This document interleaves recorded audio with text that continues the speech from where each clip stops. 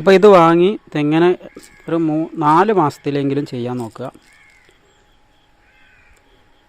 ഒരു വേര് ഇങ്ങനെ പൈപ്പിൻ്റെ അകത്താക്കിയിട്ട് ചെയ്താൽ പിന്നെ ആ വെള്ളമൊക്കെ ഒഴിച്ചു കൊടുത്താൽ പൈപ്പ് വഴി മറ്റു വേരുകളിലേക്കൊക്കെ എത്തും.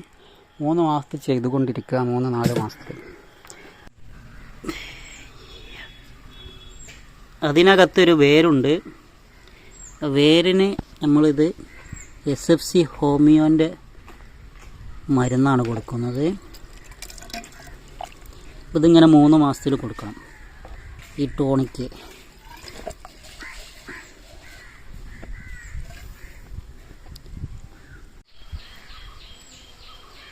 ഇതൊക്കെ സ്ഥിരമായിട്ട് കൊടുക്കണം, എന്നാലേ നല്ല ഉണ്ടാവും. പണ്ടില്ല കായൊന്നും പിടിച്ചിട്ടില്ല.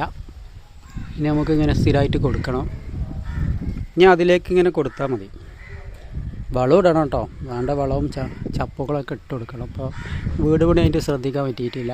ഇനി സ്ഥിരമായിട്ട് നോക്കണം. അപ്പോൾ ആ തെങ്ങിൻ്റെ അവിടെയില്ലേ മണ്ടരി ബാധിച്ചതുപോലെ അതൊക്കെ പോയിട്ട് ക്ലിയർ പച്ച തേങ്ങ കിട്ടും.